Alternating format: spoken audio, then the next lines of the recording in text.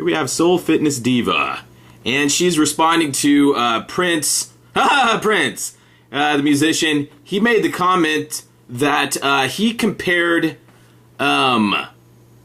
Jehovah's Witnesses versus the world to the movie Matrix and how they were battling against the computer world. Well, the great irony in that is that it's a rated R movie that Jehovah's Witnesses are not allowed to watch. But he drew that comparison. And he doesn't see the irony that they're so tightly controlled they couldn't even watch the artistic creation he is. This lady took exception to that and wanted to weigh in. She says, Morpheus never destroyed families with sick dogma. They do not compare to the Matrix in any way, shape, or form. Just how she feels. She says, the Matrix characters are heroic, while JWs are cowards. Just say the word demon or haunted and watch them run away like they were trained to do. Like trained dogs.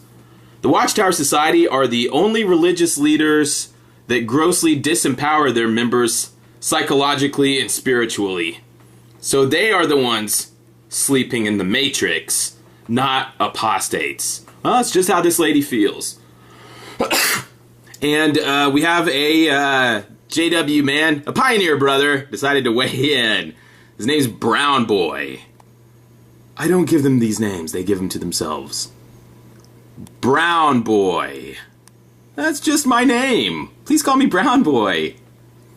And he says, read up on Jehovah's Witnesses in World War II Germany, and then call them cowards. And this is where I jump in and I say, oh yeah, bro. I read all about Judge Rutherford's letter to Hitler in which he throws Jews under the bus. The despicable act of a coward. And here's the link. And if you haven't looked into this, it's worth a read. And the link goes here. And you may have heard plenty about Jehovah's Witnesses in World War II theater in Germany and how that all went down. You may not be totally hearing both sides of the story. It's not quite as cut and dry as they lead you to believe. It's very interesting that before Judge Rutherford acted in defiance of Hitler, he actually tried to cozy up to him. And how did he do this? Well, he decided he was going to sacrifice Jewish people. He wrote a letter to Hitler saying, I understand why you don't like the Jews. We don't like them either. Everyone knows they're dirty and can't be trusted. I'm paraphrasing. He said, well, we agree with you. You're doing the right thing by persecuting Jewish people. They deserve it. It's worth your time if you want to go ahead and read this. And so I just provided that link to Brown Boy, our pioneer brother here. And he responds and says, and you are? But this is what I found interesting. Way down here, he pushed the space bar about 200 times and then slipped that in down there. Why would he do that? I wrote back and said, Brown Boy, are you counting time? Tell me the truth. And he says, not sure what you mean, but I suspect it has something to do with 1914. What? Why would you suspect that? I don't know what you mean, but I suspect it has something to do with 1914. The answer is no, sir, I do not. Only the Father knows what I am suspecting you are ultimately referring to. By following Christ's teachings, such as Matthew 24:43 through 44, counting time is a pointless endeavor. And I said, no, bro. Are you counting field service time on YouTube? Well, he doesn't say anything back. That was the end of it. Well, we know what they're doing. He was trying to, and he got busted, but he was trying to fritter away time on YouTube and count it in some way as service to Jehovah. It's counted in with the time that Jehovah's Witnesses claim they spend going door to door, giving people the good news of the kingdom. But you may have noticed, Brown Boy didn't give anybody the good news of the kingdom. He just jacked around with some people for about 30 minutes. I don't know, was he an hour short on his time and he was going to round up? Or, well, how does this work? Well, he just fools around here on YouTube, and you've seen this. Other people do it too. They just puts jw.org down there, and he served God. It was all for God, because somebody's gonna click on that link. Ha ha ha ha. Well, and Brown Boy is he has that ace up his sleeve. Whenever apostate JWs or people that criticize the JWs get high and mighty, well, the JWs bring them back down. They pop their balloon and bring them back down to reality by reminding them that Jehovah's Witnesses were persecuted in World War II Germany. Is that something that happens to cowards? Well, we all have that very noble image in our mind, don't we? It's very cliche at this point. We have that honorable, dignified, it's a visual image. We all have it there. We see the people wearing the black and white striped jumpsuits, and they have the purple triangle sewn on there, and they're, well, the idea is that these were Jehovah's Witness Germans, and they didn't want to, because they're Jehovah's Witnesses, they weren't going to cooperate with the Nazi system. They weren't going to pledge allegiance to that system, and they were persecuted and sent away from camps. Well, isn't that, that's like the true religion there. And we all have that, and the idea is that when that gets brought up, and you see even apostate people that will just, kind of hang their head in shame, oh, we've been humbled again by Jehovah's organization, remembering how clean and pure and self-sacrificing they are. It's that faith and peace that they demonstrated. Just peacefully went to these concentration camps without putting up a fight. They had that Christ-like fruitage that was so authentic that they would stand quietly and take a bullet before a firing squad. They would suffer whatever consequences were going to befall them before they would take up arms against their fellow man. And they'd accept the firing squad first, before dishonoring Jehovah in that way, or breaking their commitment, and that's just that glowing picture that we all have in our mind. And I want you to hold that thought. Preserve that thought. I want you to hang on to that mental image of the persecuted black and white Jehovah's Witnesses while I play. I took the liberty of booting up a few videos that we can watch together. Just while you're holding that image in your mind. Thanks! Just wanted to, let's start with this one. We'll watch it together. Body are a bunch of molesters. Look what they're doing. Get it on YouTube, mate. Get it on YouTube. What's happening? What's Witnesses do to a poor person? No, I the truth. Are you grabbing me? Are you grabbing me? You stop kicking. Jehovah's Witnesses regularly send out child molesters from door to door. You want to grab that, do you? Film me. Get the film. Get it on film. Get it on film. Look what they're doing. Jehovah's Witnesses. This is horrendous. This is what are you doing? Witnesses do. Look. What are you doing? What about grabbing the other team? What are you doing? Our family. This is like something from Shawshank Redemption. This is I awful. mean, no harm to your family. We're here to stop paedophiles. Yeah? Get off me. Get off me. Get off me now. How do you feel inside right now? If you don't get off me, I'm going to knock you. This is happening at a Kingdom Hall, by the way. It's all happening outside Jehovah's Kingdom Hall.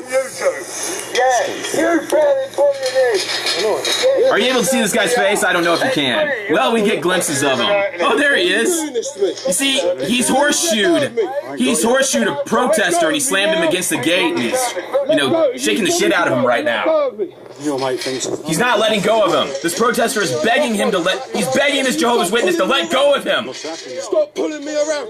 He's pulling him around and throwing him around. He's a big fat guy, and he's throwing this guy around, slamming him against the gate. This is happening at the Kingdom Hall while families are watching. Come on, let me go.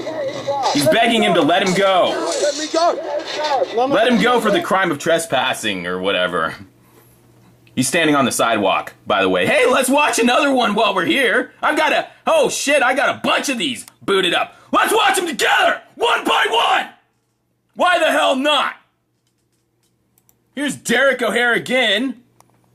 Sent to prison. You want to talk about Jehovah's Witnesses sitting in concentration camps, being in prison?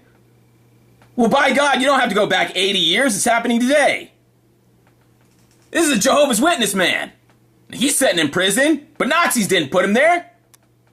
Other Jehovah's Witnesses put him in there. You know why? Because he told the truth about him. This man isn't spreading lies about Jehovah's Witnesses. He's telling the truth. He's not even doing it to harm them. He's doing it to help them. There are pedophiles in the Kingdom Hall. He knows. He knows of an actual pedophile in the Kingdom Hall. And so he said, you know what? Everyone should know about the secret policies that Jehovah's Witnesses aren't allowed to talk about. We don't bring it up at the Kingdom Hall. We don't talk about it. He said, you know what? I'll bite the bullet because I think my fellow Jehovah's Witnesses deserve to know. And he's set in prison for 2 months. Because you know what Jehovah did in response? Well, he had a bunch of people line up in court and lie. They got busted for lying. It came out later that, well, not everything they said was 100% true. They told some lies about him, got him locked up. Well, they let him go and said, oops, sorry, Derek. I guess the charges against you were bull. Bullpucky. Well, here's another one. Jehovah's Witnesses destroy my signs. His signs aren't telling lies about Jehovah's Witnesses. His signs have messages about the actual, truthful, real life, documented, factual child abuse policies of the Watchtower Society that they live under, but they're not allowed to think about it. They're told not to, you don't want to investigate or try to, get into that stuff because it's, that's an act of disloyalty, so don't do it, okay? You're not allowed to talk or think or bring these things up at the Kingdom Hall. That's why this guy's sitting at home. You wonder why there's not a Kingdom Hall behind him? He's sitting at home. They don't want him there. Not because he's spreading lies. Because he's talking about the truth. Talking about actual things. Police exit Kingdom Hall and found out that J-Dub has just smashed up signs and taken it to the police station. Beautiful, huh? What do you remember about being a Jehovah's Witness? Going out in service on a sunny day, walking around in the trees and witnessing to someone. Walking up and down the sidewalk on a beautiful orchard, witnessing to people. This guy's getting his ass kicked for Jehovah. Beatdowns are happening at Kingdom Halls. Stuff getting smashed up. Signs getting broken. They take them out of protesters' hands and bust them against the sidewalk. Break them up, stomp on them. That's what's going on lately. If you haven't been to a Kingdom Hall, that's kind of what's going on these days. Police question JWs over stolen signs at Dover. Here's what would be more beneficial. Spend that, since the police officers are police, they're human beings too. Wouldn't it have been so much nicer if you'd just been able to witness to them? Tell them the truth about the kingdom so they can live forever too? No, instead, you gotta do things that are illegal and then get questioned. You have to steal signs out of people's hands, smash them, take shit that doesn't belong to you. In a free society, steal signs from protesters and break them. Because it's that important for the sheep sitting in that hall not to find out. Not to think about what could possibly actually truly happen to their children, like has happened to so many children already. Did I miss something? Is there another reason why those signs are getting broken? Because they're not telling lies about Jehovah. It's not even that they're trying to counter some lie against Jehovah. They're just telling factual information about Jehovah's policies. What is the problem here? What would drive and compel you to take a sign out of some friggin' protester's hands and smash it to pieces? What is written on that sign that is so damaging that you can't see it? Oh, it says, by the way, you might want to ask the elders, what is the two-witness rule? What is that policy? Because we never talk about it at the meeting. Never gets brought up for some reason. Just never does. Seems incredibly relevant now, considering that millions of dollars have been spent in courtrooms fighting against people over this policy. For some reason, it never gets brought up. And Jehovah's Witnesses recently been told in the magazine, if it appears on TV, pick up that remote and turn the station. Do it for Jehovah. Did I leave something out? That's what's been going on lately, if you haven't been around. If all you remember is the black and white days of the courage of Jehovah's Witnesses, well, their courage has taken a different turn. That's the most heartwarming part of all of this, is these people aren't even going off the reservation. A few months ago, they got a letter sent to the congregations there in England saying, by the way, if apostates show up at the hall and you need to get violent, you know, do what you have to do.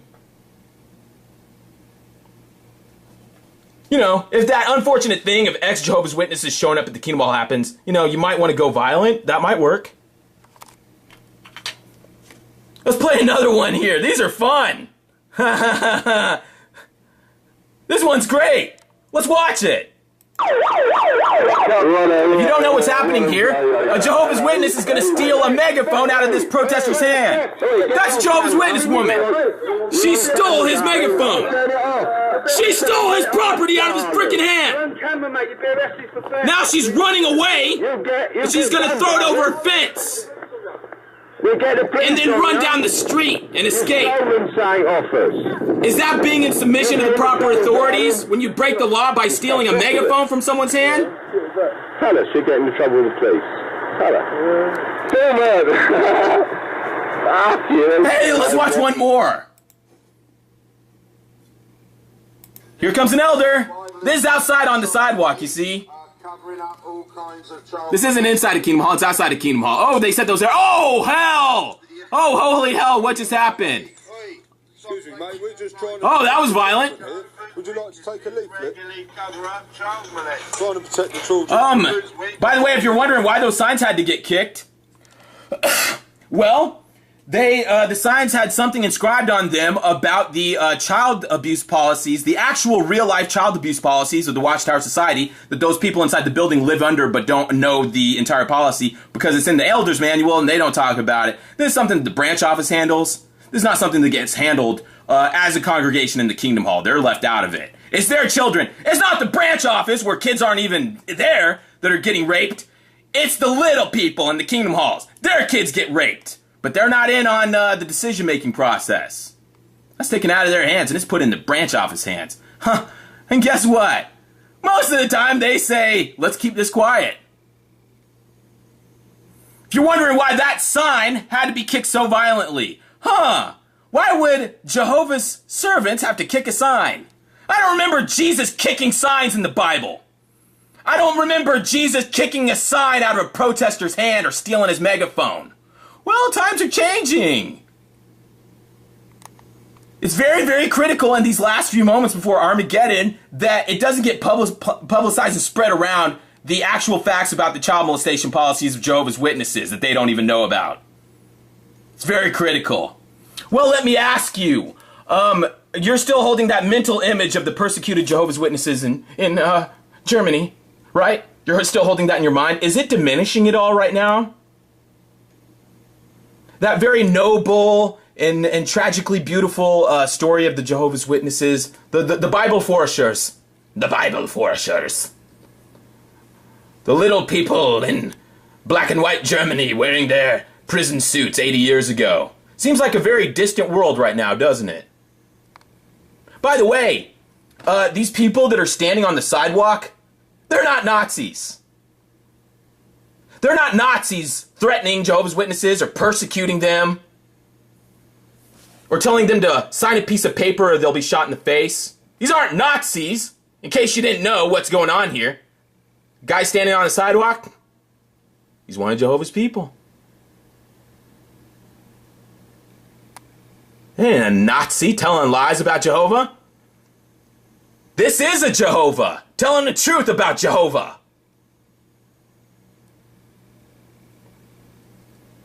Is your view about all of this changing now?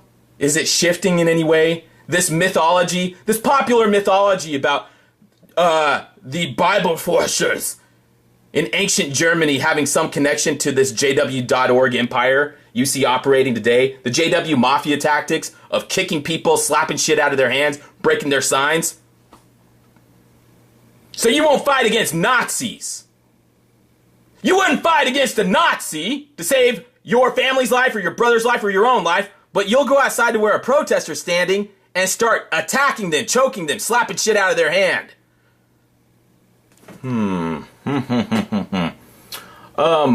Let me ask you, you in the audience, after watching these JW enforcers that we just had the privilege of watching some of their tactics and how shit actually goes down when nobody's supposed to be watching, but hey, it got captured on camera. By the way, they don't put this in any of their JW.org videos, do they?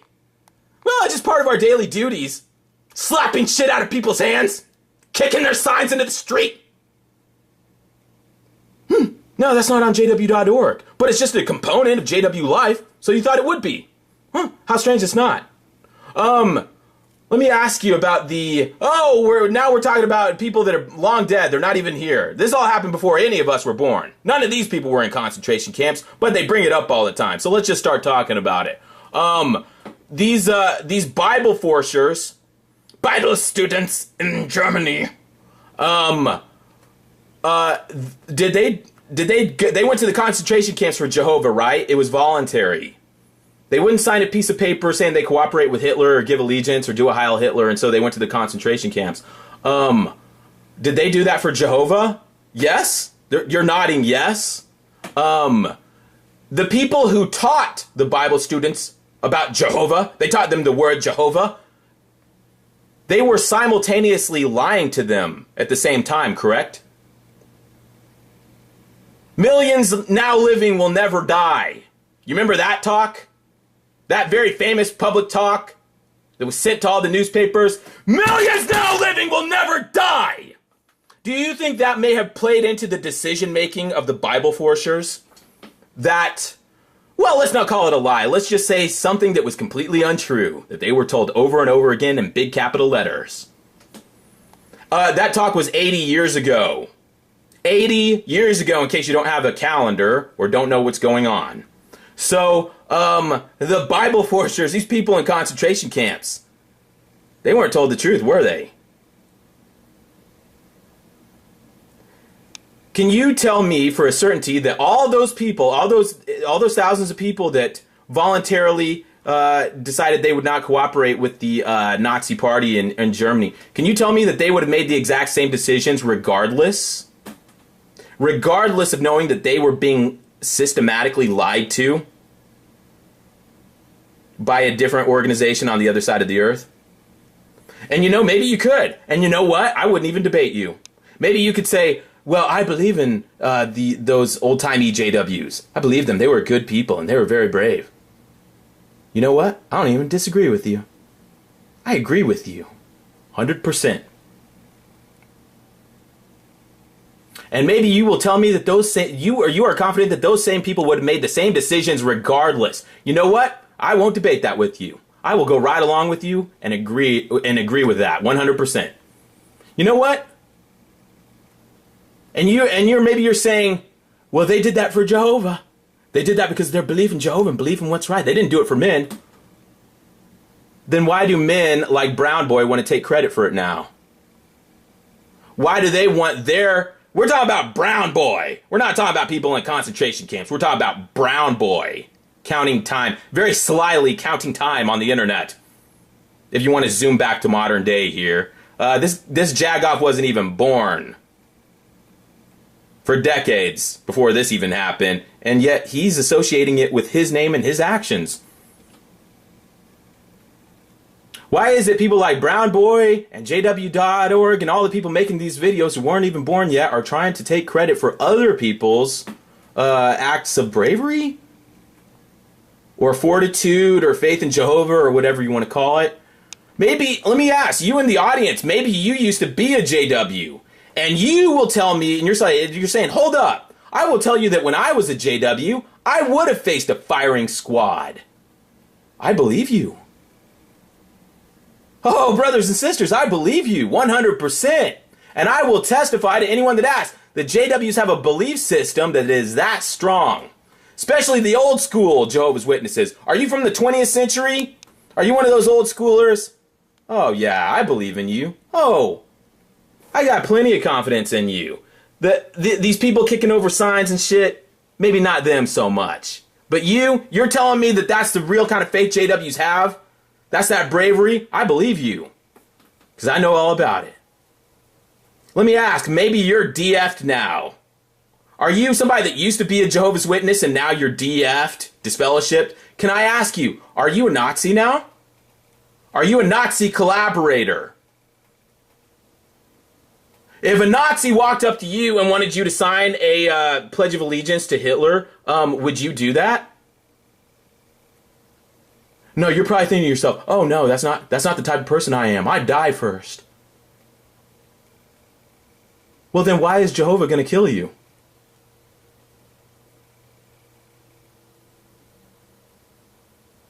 Just like a Nazi would, Jehovah's going to kill. You get killed by a Nazi or you get killed by Jehovah. What's the difference? Why would you take a bullet for Jehovah? That doesn't make sense. You'd die? You'd still die. You'd still stand in front of a firing squad and die? That's strange. Oh, it's Jehovah's organization. We still have those values that are instilled in us. You see? Really? Well, then why did Jehovah throw you away like garbage? Why are you still scheduled for death at Armageddon if you're such a good person? Oh, well, I didn't listen to the elders and obey. Just like the Nazis, huh? Jehovah's Witnesses! Calm down, everyone. It's a legal corporation, right? That's what they tell you all the time. Well, this is a legal corporation, okay? That's what we're talking about. That's why even if you say, I love Jehovah, brothers, I love Jehovah, doesn't matter. They can still take that name and that right away from you because it doesn't belong to you. You're disfellowshipped and you think you're still going to go around be a Jehovah's Witness? They can sue you in a court of law because your baptism was a legal arrangement that can be terminated at any time with easy paperwork at their discretion. It's a one-way street. You have no rights. Did I leave something out?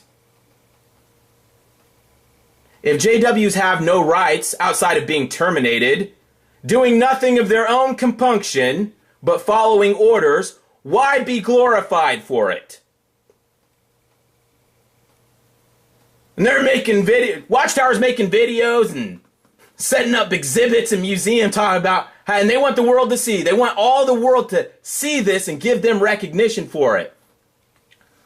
I'm wondering, though, and maybe you can answer this for me, what about the JWs in modern times now who are hiding evidence from police, not cooperating with police detectives, not cooperating in court? You feel the same about them? What about these elders that are disfellowshipping molested girls and calling them liars and saying they make up false stories? These elders that are fighting children in courtrooms, molested children, and resisting them and battling them for Jehovah. Do you feel that they deserve the same exhibit honoring them? Do you think the Holocaust Museum in D.C. should have an exhibit for these elders that hid Jonathan Kendrick from the police and hid his confession, sent a letter of recommendation to a new congregation for him, didn't tell anyone in the congregation that he is a confessed and convicted child molester? You didn't set up a museum exhibit for him? Why not? Because it's the same act of loyalty, right? Obedience to Jehovah is obedience, isn't it? They're all just obeying. Am I missing something here? Fill me in. Excuse me, did not a recent Watchtower magazine advise JWs that when they are given organizational instruction, even if it seems bad or wrong, even if it defies your basic human nature, even if you have no clue or don't understand why you're doing it, do it anyway. 'Cause your life depends on it. Am I making this up? Am I leaving anything out here? I'm forgetting! Maybe one of you can tell me again. What is so praiseworthy about this? How is not even knowing what you are doing or why, all you know is hesitating or thinking about the decision will get you killed, and that's why you're doing it? How is this faith in action? And people want to make videos about it. Open up exhibits and bring it up every day. Is obedience to Jehovah's organization a corporate responsibility that you are legally required to carry out, or is it an individual's faith in action? Is obedience to Jehovah a corporate requirement, complete with paperwork and committees and ramifications, or is it a spiritual value that is intangent and ethereal? Well, JW.org is having to face this Chinese finger trap all the time, aren't they? And that's why they're always writing article after article after article, assuring you that the two are identical and inseparable, correct? Because they face this conundrum all the time. It's like trying to fit a square peg in a circle. But I want to ask you in the audience, do you buy in, do you personally buy into the Watchtower's unique view of loyalty, how it's a one-way street, something that they don't have to reciprocate back to you?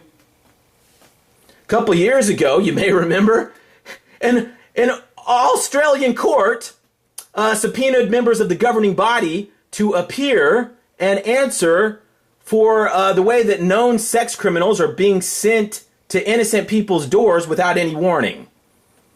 They wanted Jehovah's representatives to come in and explain that. Well, you may remember, the governing body didn't show up. Want to know why? Well, the governing body wrote back and said that there really is no such thing as a governing body. It's just a nickname that they picked up. The whole Jehovah's Witness thing is just kind of a loose idea that floats around out there. And Jehovah's Witnesses, the organization, can't appear in court because there really is no organization. They don't organize and send people out 2 by 2. That is kind of a myth, just kind of an imaginary thing. And it's over the years it's turned into a figure of speech that random people kind of throw around. They paid a lawyer. Listen to me. They took your donation money and paid a lawyer to say that to innocent people's faces. That lie. You know it's a lie. They didn't tell the truth about Jehovah. They lied about Jehovah. For Jehovah. Innocent people. Innocent, well-meaning people in a court of law asked Jehovah's people to put their hand on a Bible and tell the truth. Tell the truth about why convicted pedos keep showing up on their children's doorstep. And Jehovah's organization didn't show up and say, we boldly do this for Jehovah because it's what he says to do. Their answer was, Jehovah? Oh, he doesn't have an organization. See ya. Boy, those individual brothers in Australia there, the Watchtower really left them with their asses hanging in a noose, didn't they? Woo! I mean, did a rooster even crow twice before this denial took place? This denial of having any connection to them. Their lawyer actually told the judge, told the entire courtroom, that Jehovah's Witnesses going door to door. It's their idea, and the organization in New York doesn't have anything to do with it. It's more of a figurehead thing. It's not real. They actually said that. They lied about Jehovah.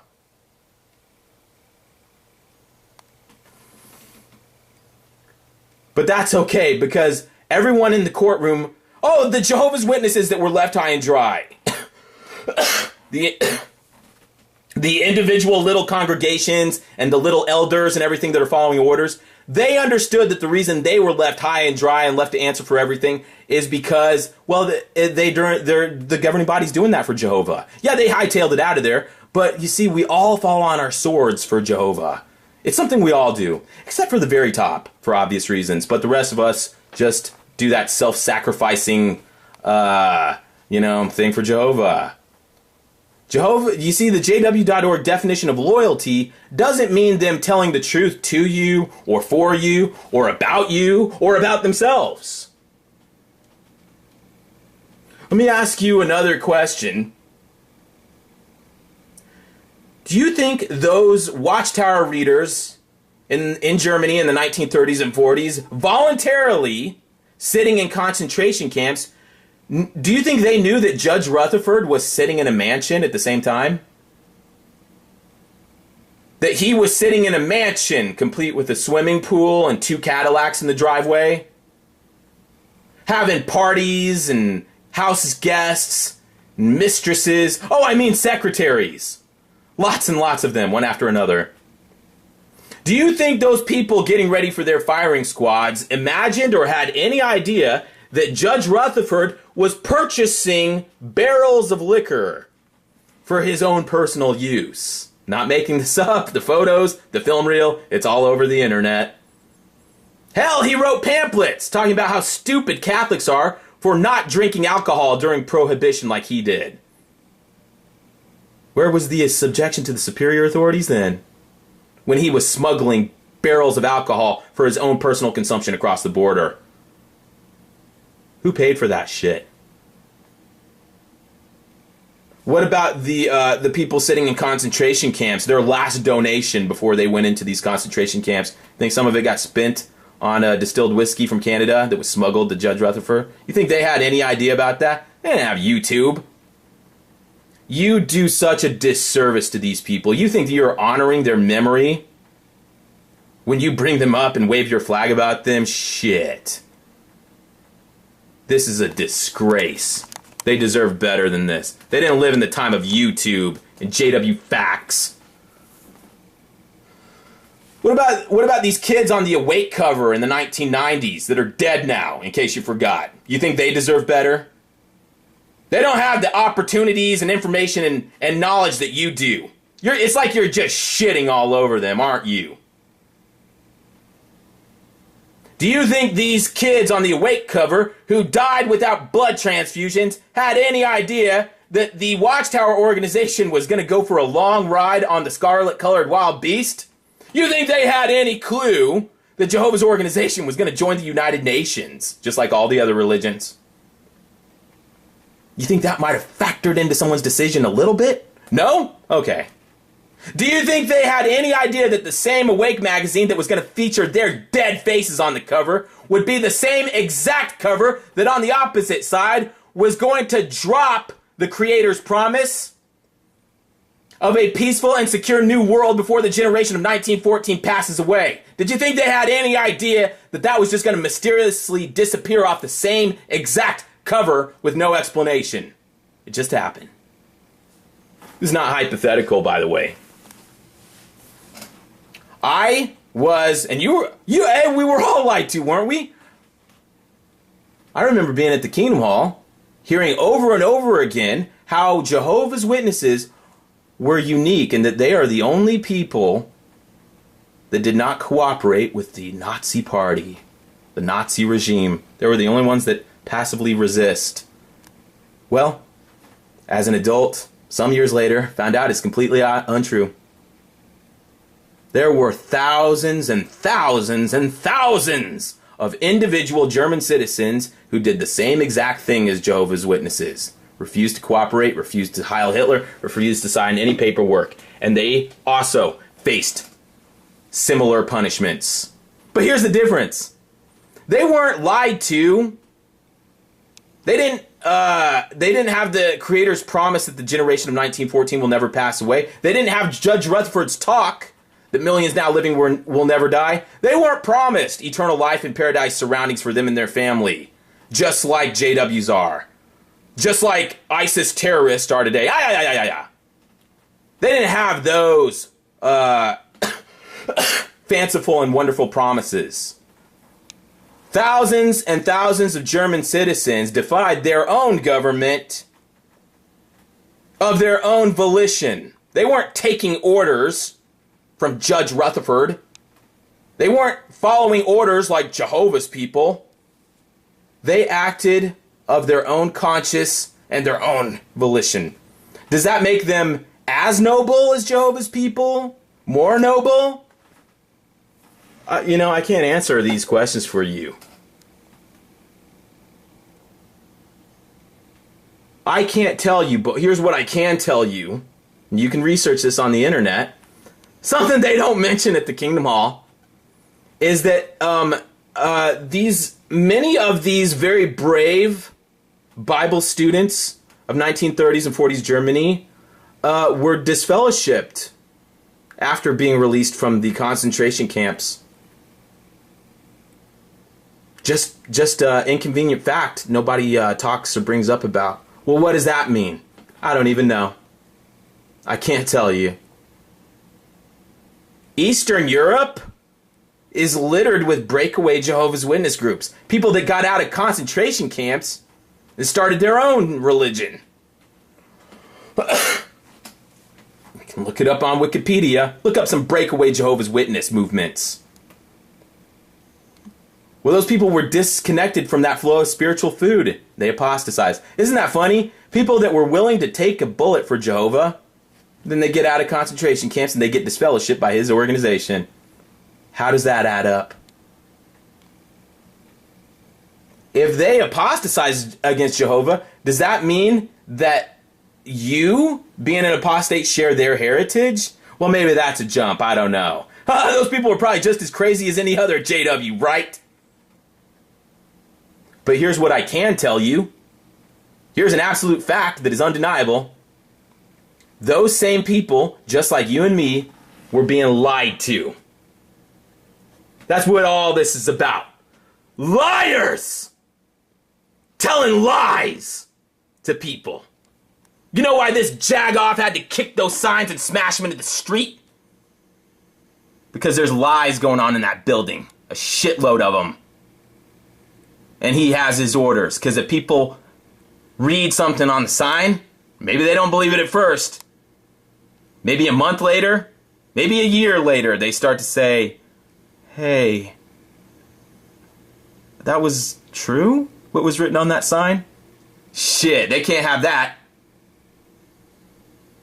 They gotta go He-Man on that shit. Bust it up. Throw it in the street so nobody can read it. Liars. That's what Jehovah's organization is.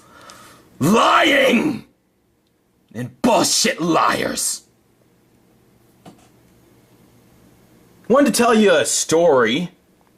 While we're on the subject, I'll just tell you a little personal experience about me.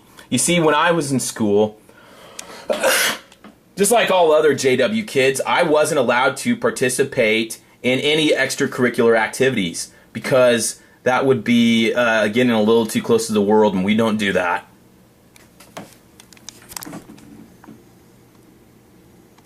This was before the days when Prince and Terrence Howard are on TV messing around with worldly people, playing concerts with them, being in R-rated movies and TV shows, and it was before these times. These are back in the good old days of the old-fashioned JWs.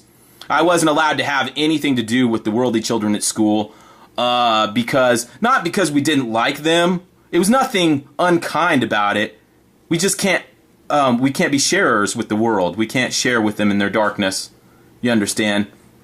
My dad was an elder, and we were from a very rigid, just a very institutionalized JW family. And I didn't dress like worldly kids. I wore khaki pants to school and sensible shoes, a Bill Cosby sweater. That's what I wore to school every day with a collared shirt underneath. Yeah. Are you getting a picture now? I didn't have friends at school. My entire grade school experience, I can't remember a friend. I didn't have one. I remember another JW kid that went to the same school in a different grade from me that pretended they didn't know me. I remember that. I don't remember having friends. I didn't get to participate in team sports for obvious reasons. You see, the Pledge of Allegiance could be said there. They could sing the national anthem. We don't get involved in sports. And so even the intramural sports at recess, my parents asked me not to participate with that because that would be, not 100% siding with Jehovah, you understand. And so at recess, many recesses I spent standing around, walking around. Oh, I was as you can imagine, I was very popular at school. I would usually hang out by the jungle gym, stand against the wall. That's what I spent what did you spend your recesses doing? That's what I spent my recesses doing. Well, I remember one day, a boy named Zach, who always picked on me at school, well, he was up to the plate and the kids were playing kickball in the field there at the schoolyard. Well, Zach kicks one out of the park. It goes flying out to the field, and he starts circling the bases. Well, I'm standing off to the side there, just watching the other kids play. Zach rounds the bases. Here he comes, running as fast as he can down home plate. Except he overshoots home plate. He runs towards me as fast as he can with his fist extended, and he decks me. He punches the lights out of me, and I hit the ground like a sack of shit. Bust my head open against a rock.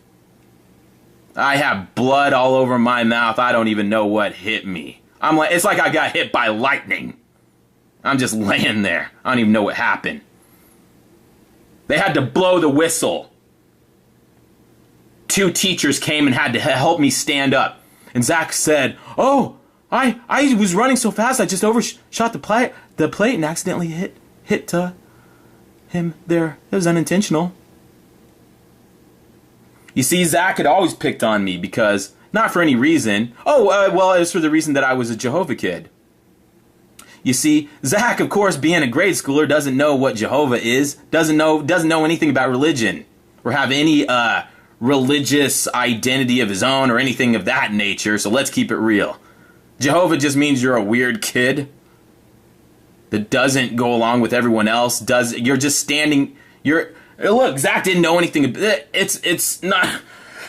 It's not right. It's not excusable. It's just what kids do. If you're the different one, you get picked on, right? Well, that's what happened to me. I'm not going to make a big deal about it. But I was taken to the nurse's office. They called my parents and told them that I had been hurt. This wasn't a little love tap. I was hurt. And my parents came and picked me up at the school, and they took me home, and I had bandages all over my head, all over my face. He really socked me. And I remember being in the car, and I asked, what's going to happen to Zach? Is he going to get suspended from school? And my dad slowed down the car, and he turned and looked at me. He said, why would you want something to happen to Zach? And I said, well... And Dad said, you think because something bad happened to you, you think because Zach did something bad to you, that you want something bad to happen to him now, right? And I said, well... Dad said, is that bringing you satisfaction, the idea of something bad happening to him? You're going to get justice against him? Is payback what you want? Or would you like Zach to live forever in paradise on earth? My dad, when we got home, set me down and he told me a story. One that I had heard before because it's an experience that he had shared at many assemblies. See, my dad spoke at many, many conventions. In fact, he was usually one of the featured speakers at our district conventions. My dad told me a story that I had heard many times before. That after being released during his incarceration during the Vietnam War, he spent 2 years in a Texas prison. Not in luxury surroundings. He spent 2 years in a dark, dirty prison cell, surrounded by drug dealers, gang members.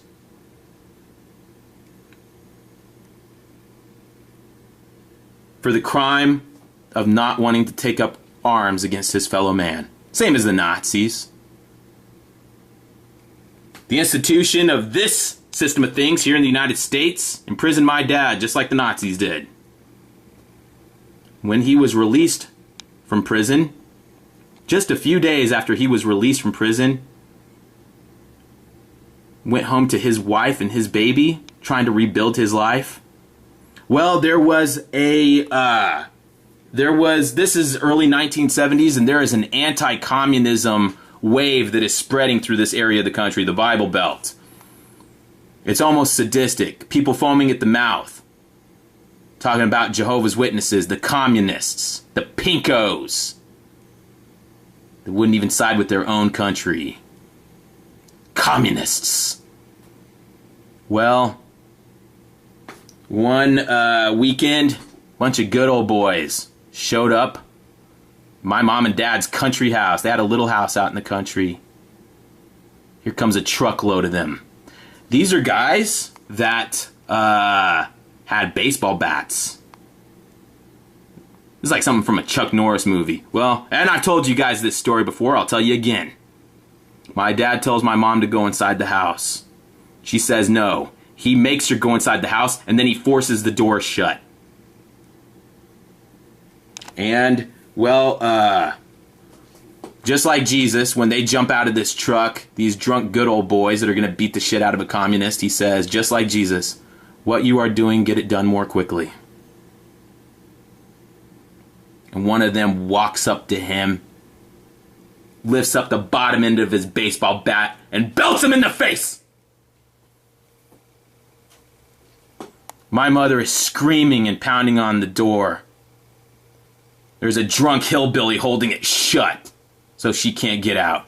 And they spend the next 5 minutes beating the daylights out of my dad.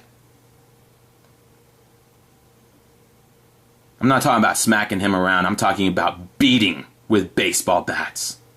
And then they got in their truck and left. And my mom put the baby in the car, drove my dad to the hospital. And when the police showed up to make a police report, he told them, don't worry about it. Now, I had heard this story many times before. Dad is sitting there with me and he says, you know Dell at the hardware store? Yeah. He's one of the men that beat me. You see, this all happened in a little town. We're not talking about New York City or LA. This happened in a small town with small town people. We were in and out of that hardware store all the time.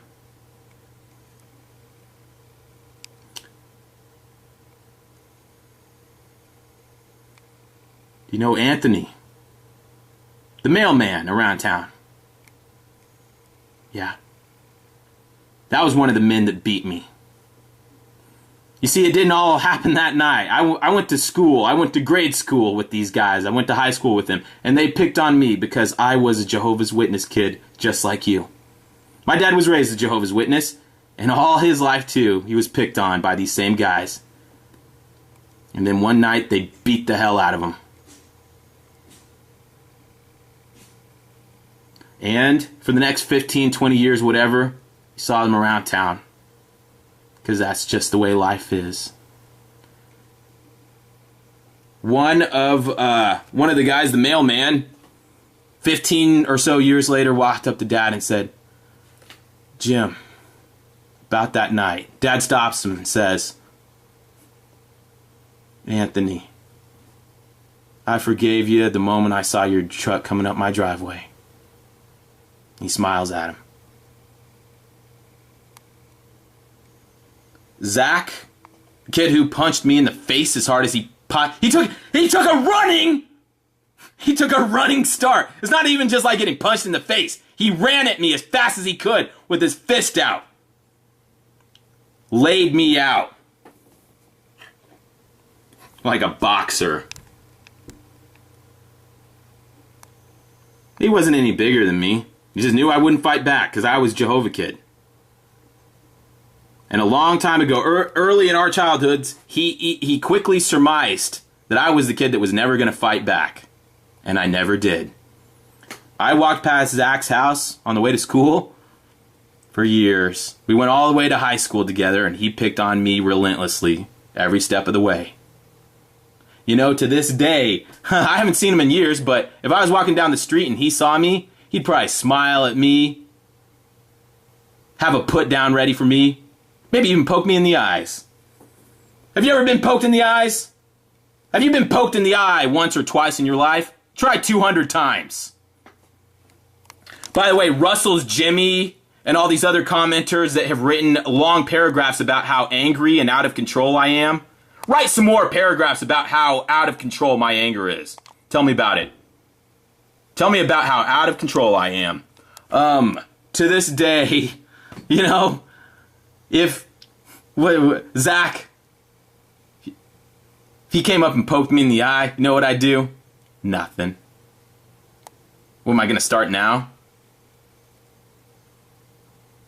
Doesn't matter what anybody like Zach would ever do to me. Because you know what instinctively comes into my mind anytime I am wronged by anyone anywhere? You know what comes into my mind before the thought of defending myself or sticking up for myself? Do you know what comes into my mind? I see my dad walking slower than other people.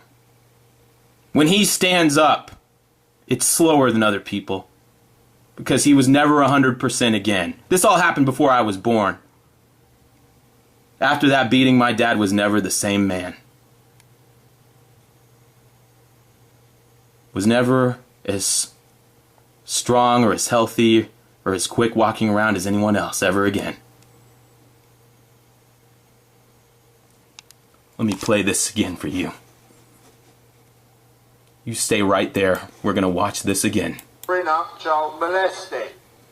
He's talking about child molesters. He's talking about actual JW children at actual risk of being molested because of a dangerous and irresponsible policy that is unjustifiable. And the reason people get away with it is because so few people even know about it.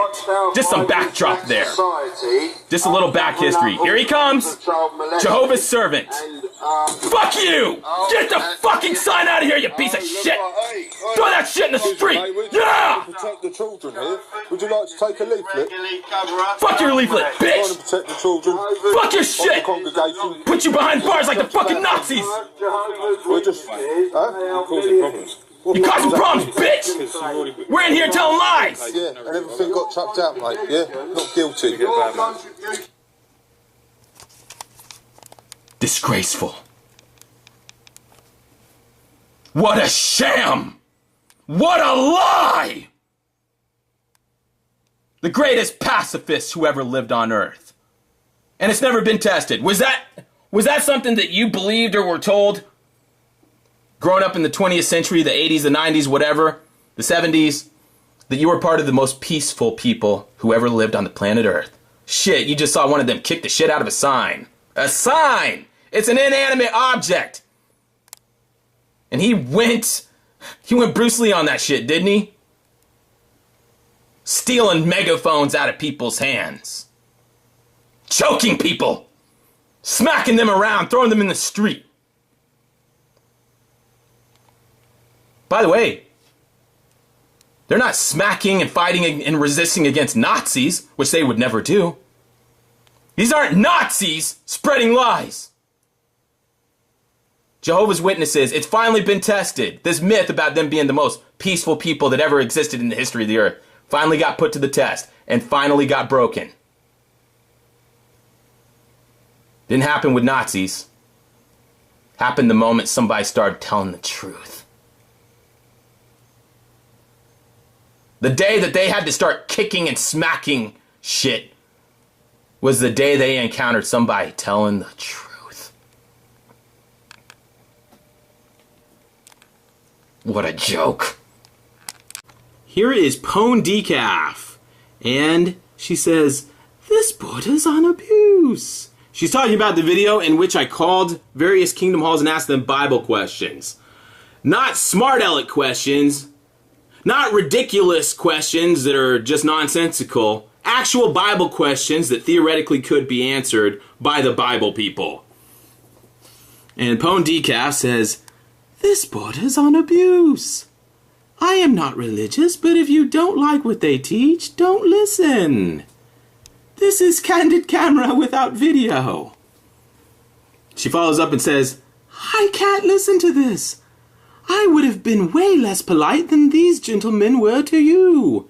What a prickish thing to do. And I respond and say, contacting random strangers with your unsolicited Bible interpretations is prickish? I'll let Jehovah's Witnesses know that. Thanks.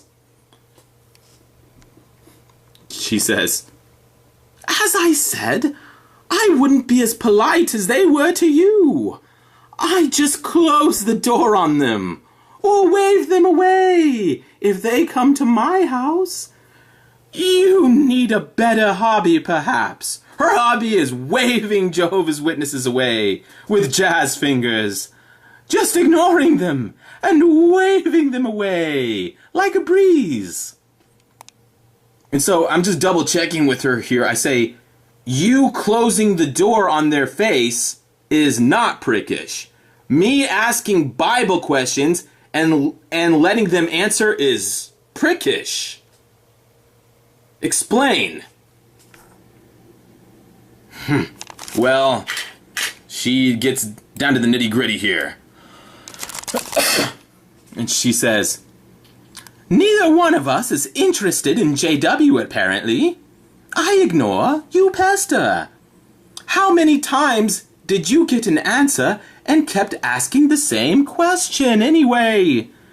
Don't try to whitewash it. You were just being a prick. Are you actually an apostate but not disassociated, or whatever the word was you use? You ever been a JW? If not, you are using the phone to waste people's time. If you were really interested, you'd talk to someone in person." This woman's never heard of phone territory. "You only tried to corner them with questions that you already knew the answer to. Many religions use shunning or excommunication, a form of either. Lots of local churches go door to door. Name one. Why do you care about JW? What are you trying to prove? What is your backstory? That might be more interesting than your obnoxious phone calls to the poor sucker that picks up the phone that day. I don't think anyone should belong to any religion." Huh? "But I'm not going to get on anyone's case if they try to proselytize. I just tell them I'm not interested." For you to call them up and be obnoxious for 20 or 30 minutes is serving what purpose? Well, and I write back and say, please pardon. I'm not trying to disagree with you, just trying to understand. Millions of brainwashed people. This is a woman that acknowledges that religion is a big joke and no one should be in any religion. Millions of brainwashed people have spent every day for the past 100 years dragging their kids from door to door to door to door to door to door every day for 100 years. But me spending 30 minutes going off script is what you call abuse? What is so special about this never-ending cycle of Jehovah's Witnesses every Saturday going door to door to door? What is so wonderful about this never-ending cycle that you can't see it face scrutiny? You can't stand to see that. Shall it go on for another 100 years? Then another 100? Then another 100? How many centuries until we have your permission to stop door knocking for a few minutes and speak out of turn? No offense. And she says, "You didn't answer any questions I asked, so I still don't know what your interest is." I thought you said you don't care, you just wave people away. Why are you watching this, by the way? You won't give a JW a time of day, but you sit and watch. This is an hour-and-a-half video. You sat and watched it? Shit. But the people show up in real life and you wave them away. It appears you are trying to save the world from door knockers? Oh, hell no. No, no, no. It appears you are trying to save the world from door knockers? You couldn't be more out of touch or out of reality. Try a sign. Try a sign. No ringing. No knocking. If you want to read what I did about door knockers, that's what she calls them, read a blog post of mine. And I clicked on the link. I'm not going to read it. You're free to. It's a poem she wrote. Apparently, this lady likes to blog about her life. And one of the most exciting things that happens is the occasional door knocker. But she's not going to tell you anything about them or what they say or what they think or what their problem is or what their deal is or what would drive somebody to knock on my frickin' door when they're a stranger. She doesn't address that or even bring it up. She wrote a poem about how fun and easy it is to ignore them and slip away and hide behind a drape or just wave them away without saying a word. It's easy. Anyone can do it. And then she spent hours concocting a poem about it. Have you ever talked to anyone this out of touch? We're talking about Lucy in the Sky with Diamonds. And this woman's giving me a reality check. Well, you're welcome to read the poem. I'm not going to. And her complaint is that I don't answer her questions, and I respond and say, "Oh, I'm sorry, I thought that was a rhetorical." And I assure her, yes, my expressions of principled love and unconditional friendship towards JWs that I expressed in the video are authentic. That's what the JWs on the other end of the phone probably don't get or understand. I'm on their side. I've never been on any other side but their side. You think my videos or my little things that I do where I talk about JWs once a week, you think it's because I hate JWs or I don't like them or I want to save the world from being stopped from talking to door knockers? What universe are you living in? No, my expressions of love and friendship that I gave to the JWs are authentic. I meant everything I said in the video. Doesn't matter if I'm disfellowshipped or they call me an apostate or mentally diseased. I like you anyway. I'm on your side. I'd like to help you.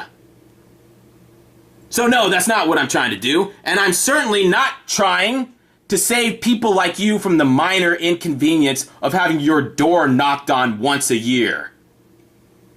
My interest and concern is for the door knockers themselves. I have an experienced understanding of JW culture, the people, and how best to conversate with them. You do not. Quick reality check. You don't know jack squirt about these people, but you're going to tell me how to talk to them. That makes sense. P.S. My niece has an intestinal cancer that may require a blood transfusion at an advanced stage. Should the sickness progress, her parents will watch her bleed out rather than risk a worldly hospital that may break JW law. You think I'm a prick? You think this is a game? By the way, before you start typing, I don't have a niece with intestinal cancer. That was a lie. It's a lie I made up. Oh, JW Fairy Tale, you're not supposed to do that. It's wrong. I don't know. Play a violin. You think at this stage in the game I even care anymore? Wait, let me get this. By the way, I've gotten complaints from people saying, wait, you lied to that JW? Well, phooey. I mean, I've been a liar my whole life. What changed? No, excuse me. I used to go door to door with the Conversation Stopper chapter of the Reasoning from the Scriptures book. Look, I've been bending the truth for Jehovah all the time. I started very, very young. Massaging the truth for Jehovah at doors. Bending the truth when you have to as part of your duties as a JW. Now wait, you think somebody reads an announcement from the stage and then a lying JW turns into an honest person? Well, how does that work? It's irrelevant. I could very easily have a niece that needs a blood transfusion. It just so happens that I don't. Calm down. You think I'm a prick, your words, for asking questions in a highly controlled society where questions are punishable. I shouldn't be doing that. She doesn't know why. Have you noticed that about worldly people? Worldly people that come along, where I don't mean to make a blanket statement here, I'm sorry. Have you noticed how many seemingly random people come along to your videos or your Facebook or your chat room or whatever, and they're irritated at you? Now, they don't know anything about Jehovah's Witnesses. Couldn't tell you square one. Couldn't tell you the first fucking thing. They don't know anything. But they're irritated at you, and they will reprimand you and dress you down and rein you in. And they don't even know why. Have you ever noticed how the world just doesn't like apostate JWs. They don't like disfellowship JWs. They don't like ex-JWs, and they don't know why. They can't tell you why. They just know that it's wrong. Yes, JWs are stupid, silly people that are irritating, but they also recognize, it's a subliminal thing, they also recognize that they are the perfect citizens for the New World Order. They know that they're doing, they don't know why. They can't verbalize it or put it into words. They just know that Jehovah's Witnesses are doing what's right. They're doing what they should be doing. And they can't, it's a cognitive dissonance. They don't know why. They'll simultaneously tell you that what they're doing is stupid and idiotic and wrong, but also they're doing what's right. And they don't know why. It's just something that's been implanted there. Jehovah's Witnesses are good. They know that deep down they're bad. They, the householder, they're the bad ones. Jehovah's Witnesses are the good ones. Doesn't stop them from saying, I'm not interested, slamming the fucking door. Oh, excuse me, I've been that person walking down the driveway. You were the person that said not interested? Well, I was the person walking down the driveway. I remember looking over my shoulder and seeing you peeking through the blinds again. I remember that look on your face. That tiny little bit saying, what if? What if it's all true? You think this is easy on me. By the way, you people think I live an easy life? You think this is all a big joke and I'm on Easy Street and this is just a fun ride I'm going on? You think it is easy on me or any other ex-JW, your word? Or it's just a big fun game? You think I don't know the actual people I talk to? Is that something that even crossed your mind? The people on the other end of that phone? Did it never occur to you that I know them? The hardships. The family members who have suicided, been hospitalized for stress and emotional breakdown. We're just cartoons to you, aren't we? You have the luxury of casual ignorance because none of this affects your actual life. You're proud of how you wave them away and the JWs magically disappear. You're like the Queen of England, aren't you? You lift your scepter and wave them away, and those silly, ridiculous people disappear and you laugh at them. And then you chastise their son, their family member, going online, putting his neck on the line to try to make a difference in this sick, insane hamster wheel of a world that never changes, never ends. And there's a handful of people like you in the audience that are going out on a limb week on a week of saying, maybe I can say something that means something to someone. It doesn't even seem like it anymore, but God damn it, I'll try. My life would probably be easier if I took the path of least resistance or maybe just went away and just did my own shit and forgot about these fucking people. There's nothing in it for me. Do you get it? You see all these people that you are chewing out and shaking your head at on YouTube, in the comment sections or on Facebook, these people with their bitter hang-ups that just don't go away. You don't get it, do you? Despite everything, despite eating shit, despite getting called names, getting their names disgraced, defamed, they still care. You don't get it, do you? And you don't care. That's what's really going on. You don't have to worry what's going to happen to them. The door knockers, you call them. You don't give a fuck. It's easy for you to dismiss them and smile and just laugh the whole thing off. Because you don't think what's going to happen to them. Tell me more about the little sign you put on your door and how you saved yourself from having to listen to them for 20 seconds. You don't even want to listen to their little 30-second presentation. That's something that you spare yourself from very proudly. Do you know how many presentations of theirs I listen to? Do you know how many people that are JWs walk up to me and say terrible things?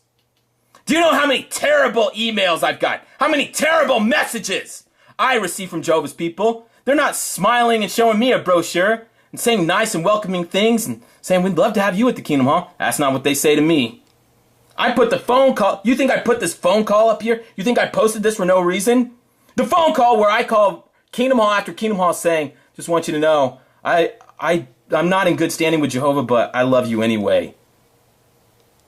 Click. This conversation's over. You know what? You're part of this.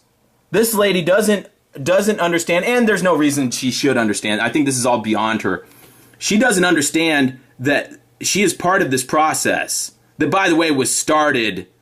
Jehovah's Witnesses, it didn't come out of thin air. It didn't come out of nowhere. It has very dark and scary beginnings. Very scary people.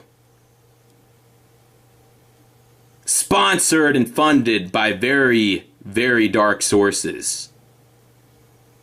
You think this is all for no purpose and it has no meaning, that these are just silly, stupid idiots walking around for no reason. And how did they start doing it? You're not interested and you don't care. What if I told you something mind-blowing?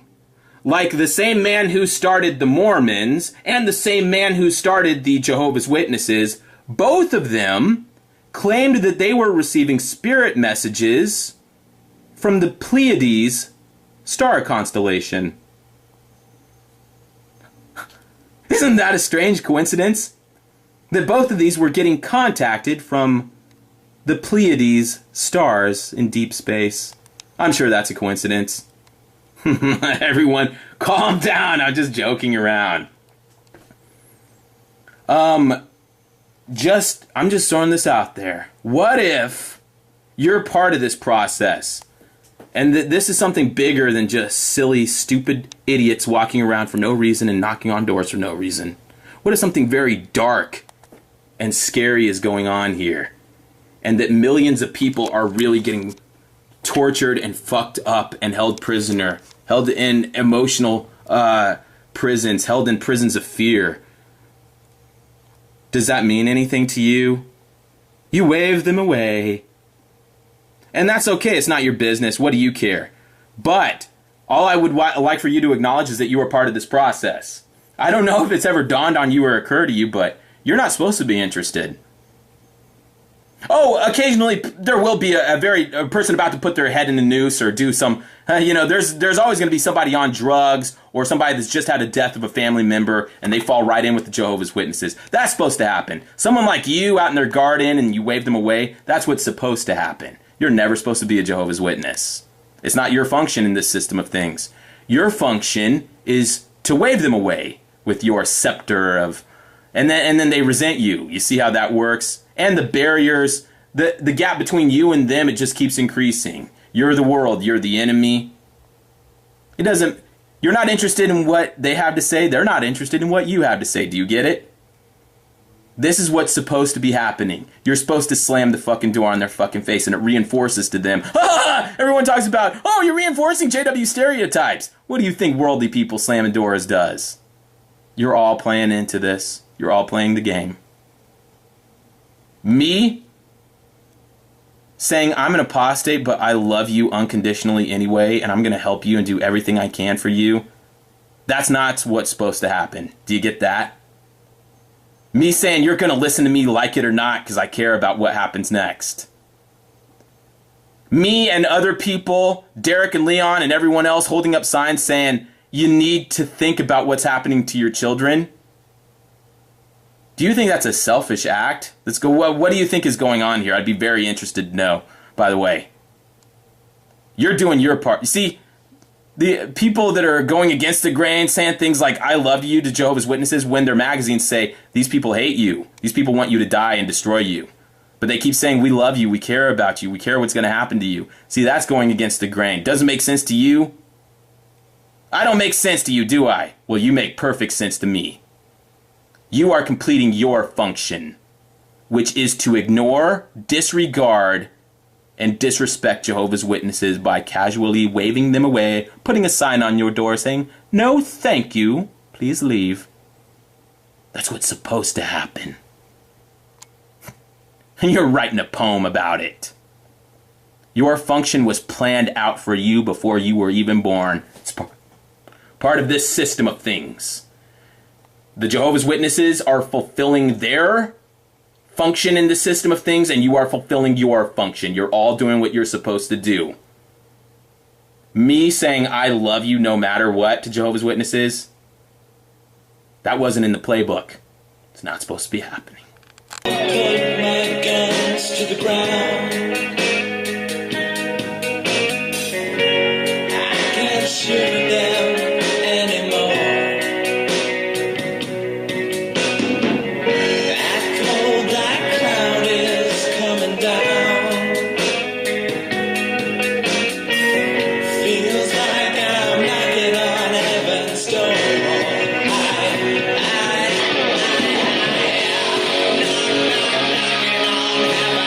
I'm on YouTube. Well, he doesn't say anything back. That was the end of it. Well, we know what they're doing.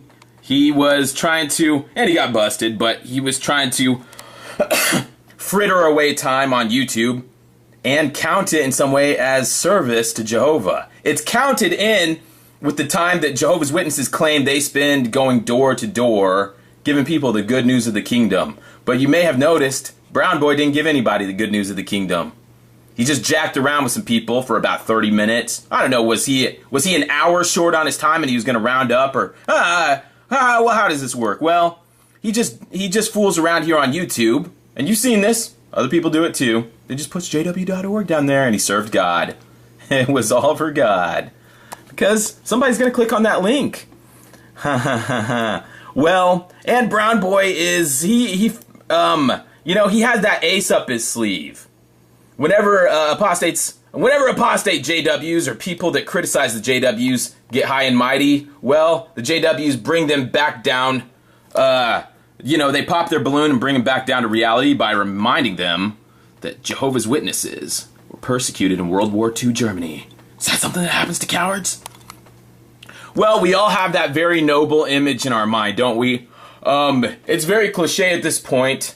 We have that honorable, dignified, it's a visual image. We all have it there. We see the people wearing the black and white striped jumpsuits, and they have the purple triangle sewn on there, and they're, well, the idea is that these were Jehovah's Witness Germans, and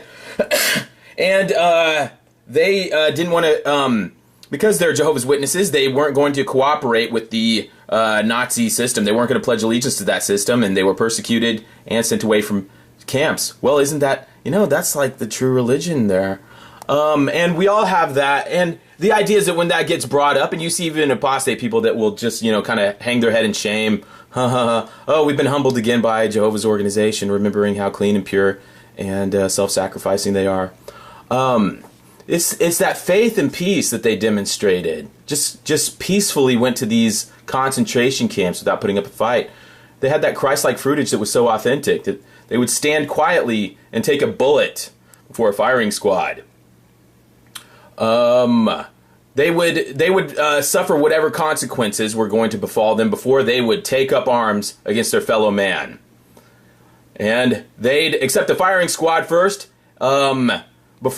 before dishonoring Jehovah in that way, or breaking their commitment, and that's just that glowing picture that we all have in our mind. And I want you to hold that thought. Preserve that thought. I want you to hang on to that mental image of the persecuted black and white Jehovah's Witnesses while I play. I took the liberty of booting up a few videos that we can watch together. Just while you're holding away like they were trained to do. Like trained dogs. The Watchtower Society are the only religious leaders that grossly disempower their members psychologically and spiritually. So they are the ones sleeping in the matrix, not apostates. Well, that's just how this lady feels. And we have a JW man, a pioneer brother, decided to weigh in. His name's Brown Boy. I don't give them these names, they give them to themselves. Brown Boy. That's just my name. Please call me Brown Boy. And he says, read up on Jehovah's Witnesses in World War II Germany, and then call them cowards. And this is where I jump in and I say, oh yeah, bro, I read all about Judge Rutherford's letter to Hitler, in which he throws Jews under the bus. The despicable act of a coward. And here's the link. And if you haven't looked into this, it's worth a read. And the link goes here.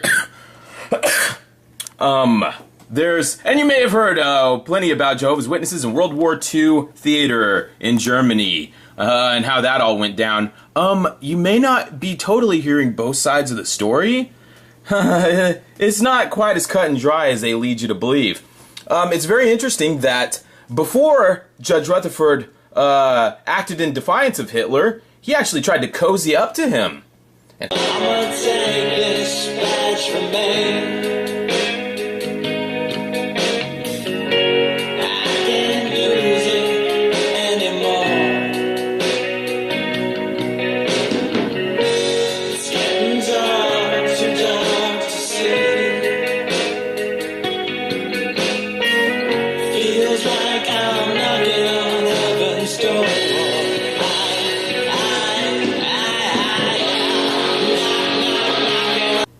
Here we have Soul Fitness Diva, and she's responding to Prince, Prince, the musician. He made the comment that he compared Jehovah's Witnesses versus the world to the movie Matrix, and how they were battling against the computer world. Well, the great irony in that is that it's a rated R movie that Jehovah's Witnesses are not allowed to watch. But he drew that comparison, and he doesn't see the irony that they're so tightly controlled they couldn't even watch the artistic creation he is. This lady took exception to that and wanted to weigh in. She says, Morpheus never destroyed families with sick dogma. They do not compare to the Matrix in any way, shape, or form. Just how she feels. She says, the Matrix characters are heroic, while JWs are cowards. Just say the word demon or haunted and watch them run. How did he do this? Well, he decided he was going to sacrifice Jewish people. He wrote a letter to Hitler saying, I understand why you don't like the Jews, we don't like them either. Everyone knows they're dirty and can't be trusted. I'm paraphrasing. He said, well, we agree with you. You're doing the right thing by persecuting Jewish people. They deserve it. It's worth your time if you want to go ahead and read this. And so I just provided that link to Brown Boy, our pioneer brother here. And he responds and says, and you are? But this is what I found interesting. Way down here, he pushed the space bar about 200 times and then slipped that in down there. Why would he do that? I wrote back and said, Brown Boy, are you counting time? Tell me the truth. And he says, ha ha ha, not sure what you mean, but I suspect it has something to do with 1914. What? Why would you suspect that? I don't know what you mean, but I suspect it has something to do with 1914. The answer is no, sir, I do not. Only the Father knows what I am suspecting you are ultimately referring to. By following Christ's teachings, such as Matthew 24:43 through 44, counting time is a pointless endeavor. And I said, no, bro. Are you counting field service time?